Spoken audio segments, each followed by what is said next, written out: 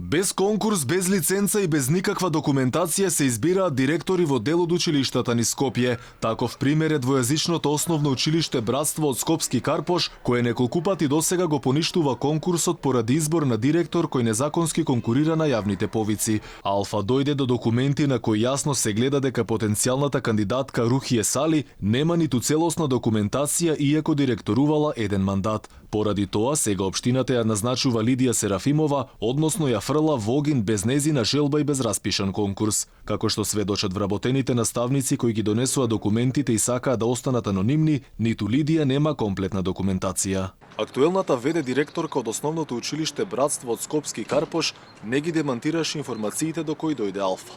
Не прими во училиштето и детално ни објасни целата ситуација.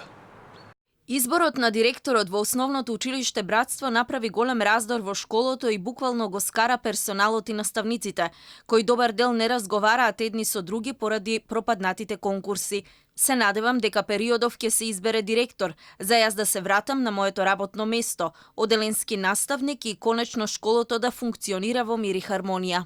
Серафимова ни кажа дека е назначена за ВД директорот како претходно пропаднал конкурсот, каде аплицирале и други кандидати, меѓу кои и Рухие Сали, која без сертификат за англиски јазик конкурирала за директор. Од документите од Државниот просветен инспекторат јасно се гледа дека Рухие Сали е одбиена зашто немала комплетна документација. Што се случило потоа со документите не се знае. Во меѓувреме инспекторите го разрешуваат училишниот одбор и назначуваат нов, кој деновиве треба да распише нов конкурс. И според нашите извори се очекува повторно да аплицира Рухие Сали, но дали ќе се случи тоа ќе разбереме наскоро.